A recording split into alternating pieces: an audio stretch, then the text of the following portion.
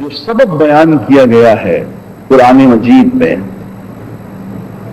عذاب کا، وہ 2-3 باتیں ہیں، میں اس کی طرف آپ کی توجہ مبذول کرتا ہوں۔ ایک آیت پڑھتا ہوں، اس کو ذرا غور سے سنیں۔ وَكَيْفَ أَخَافُ مَا أَشْرَكْتُمْ وَلَا تَخَافُونَ أَنَّكُمْ أَشْرَكْتُمْ بِاللَّهِ مَا لَمْ يُنَزِّلْ بِهِ عَلَيْكُمْ سُلْطَانًا۔ ایک نبی اپنی امت کے مشرکین سے کہتا ہے کہ تم جس چیز کو اللہ کے ساتھ شریک کرتے ہو،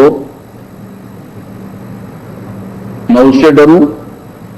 تمہارے لات سے، منات سے، عزا سے، حبل سے میں ڈروں؟ یہ تم مجھ سے توقع کرتے ہو، اور تمہاری حالت یہ ہے کہ میرے اللہ کے ساتھ تم شریک کرتے ہو اور میرے اللہ سے تم ڈرتے نہیں ہو۔ تم میرے سچے اللہ سے نہ ڈرو، میں تمہارے جھوٹے معبود سے ڈروں، تمہارا دماغ خراب ہو گیا ہے۔ مجھے دعوت دیتے ہو کہ میں دبک کے رہوں تم سے، تمہارے جھوٹے معبودوں سے، تمہاری حالت یہ کہ تم میرے سچے اللہ سے ڈرتے نہیں ہو۔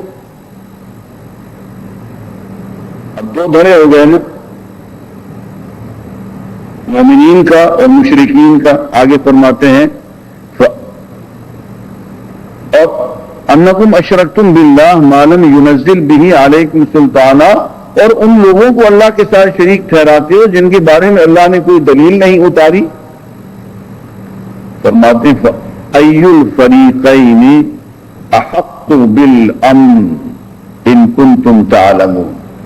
یار اگر جانتے ہو تو ایک بات بتاؤ، ان دونوں فریقوں میں ایک جو اللہ سے ڈرنے والا ہے اور غیر سے نہیں ڈرتا، ایک فریق، دوسرا فریق جو صرف غیر سے ڈرتا ہے، اللہ سے نہیں ڈرتا، 2 فریق ہو گئے نا۔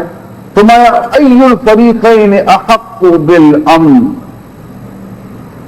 ان دونوں فریقوں میں سے امن کا، سلامتی کا حقدار کون ہے؟ اگر غور فرمائیں کہ امن کو کس چیز سے جا کے جوڑا ہے، لا اینڈ آرڈر سچویشن کو کس چیز سے قرآن کنیکٹ کر رہا ہے۔ دنیا میں 2 قسم کے لوگ ہیں، ایک وہ جو اللہ سے ڈریں اور غیر سے نہ ڈریں، اور دوسرے وہ جو غیر سے ڈریں اللہ سے نہ ڈریں۔ 2 دھڑے ہیں۔ فمتا ای الفریقین احق بالامن ان کنتم تعلمون۔ اگر جانتے ہو تو مجھے بتاؤ کہ امن، سلامتی، چین کی زندگی، اطمینان کی زندگی کس کا حق ہے؟ غیر سے ڈرنے والے کا اور اللہ سے نڈر ہو جانے والے کا، یا اس کا حق ہے جو صرف اللہ سے ڈرتا ہے، غیر سے نہیں ڈرتا؟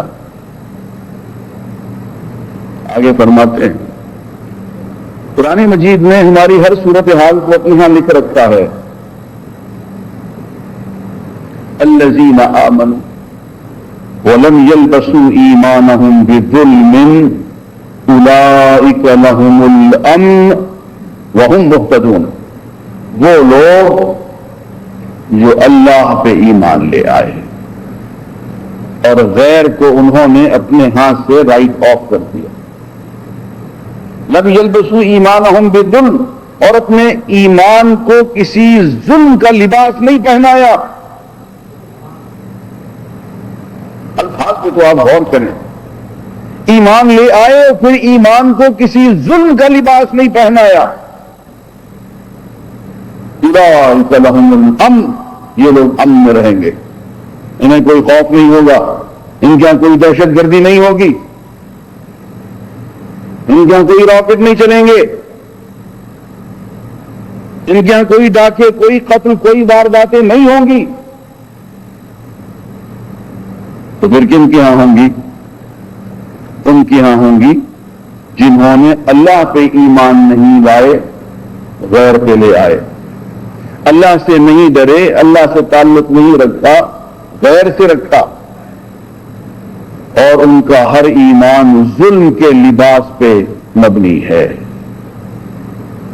اگر یہ صورتحال پیدا ہو گئی ہے تو فرمایا امن نصیب نہیں ہوگا، پھر اطمینان نصیب نہیں ہوگا، پھر گھر میں چین کی نیند نصیب نہیں ہوگی، پھر رزق بہت ہوگا تھوڑا لگے گا،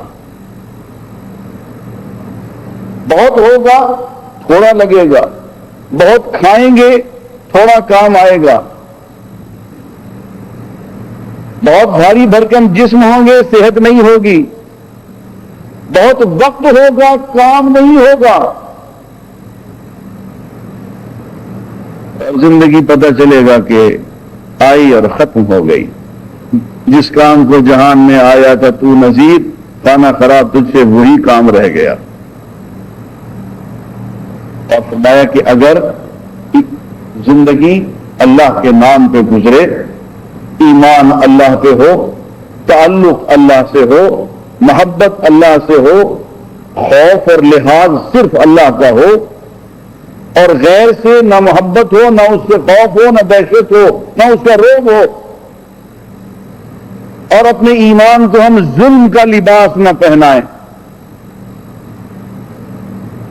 تو پھر امن ہوگا، پھر آشتی، پھر صلح، پھر چین کی زندگی ہوگی، پھر کچھ نہ ہونے کے باوجود بھی سب کچھ ہوگا۔